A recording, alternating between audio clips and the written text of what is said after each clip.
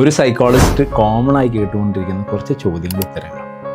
ഒന്നാമത് ചോദ്യം, എൻ്റെ കുട്ടിക്ക് എന്തെങ്കിലും ഒരു മരുന്നും കൂടി നിങ്ങൾ കൊടുക്കുമോ? മനസ്സിലാക്കുക, സൈക്കോളജിസ്റ്റുമാർ മരുന്ന് കൊടുക്കാറില്ല.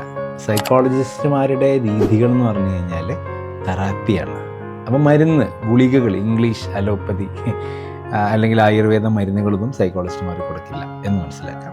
അത് സൈക്കാട്രിയാണ് മരുന്ന് എഴുതാൻ യോഗ്യരായിട്ടുള്ള ആളുകൾ. രണ്ടാമത് ചോദിക്കുന്ന ചോദ്യം, എൻ്റെ മനസ്സ് നിങ്ങൾ വായിക്കുമോ? എൻ്റെ മനസ്സുകളൊക്കെ നിങ്ങൾക്ക് അറിയോ? സൈക്കോളജിസ്റ്റുമാർക്ക് ഈ മനസ്സുകളെല്ലാം അറിയില്ല. അത് ഒന്നാമത് ആ ചോദ്യം വന്നത് മെൻ്റലിസവുമായി ബന്ധപ്പെട്ട കാര്യങ്ങൾ. മെൻ്റലിസത്തിൽ ഒരുപാട് ട്രിക്കുകൾ ആളുകൾ മനസ്സിലാക്കുന്നത് നിങ്ങളുടെ മനസ്സിലുള്ള കാര്യങ്ങൾ മുഴുവനും അയാൾക്ക് വായിക്കാൻ കഴിയുമെന്നുള്ളതാണ്. അതെല്ലാം ഒരു ട്രിക്സാണ് മെൻ്റലിസം ബേസിക് ആയിട്ടുള്ളത്. 3, ഞാനിപ്പോൾ ഈ കൺസൾട്ടേഷന് വന്നല്ലോ, എനിക്ക് എന്തെങ്കിലും മാനസിക രോഗം ഉണ്ടോ? ഉള്ളത് കൊണ്ടാണോ? എല്ലാവരും പറഞ്ഞു ഇങ്ങനെ രോഗമുള്ളത് കൊണ്ടായിരിക്കാം, അല്ലെങ്കിൽ ഇങ്ങനെ പോകും. ആക്ച്വലി മാനസിക രോഗം ഉള്ളത് കൊണ്ടല്ല കൺസൾട്ടേഷൻ വരുന്നത്.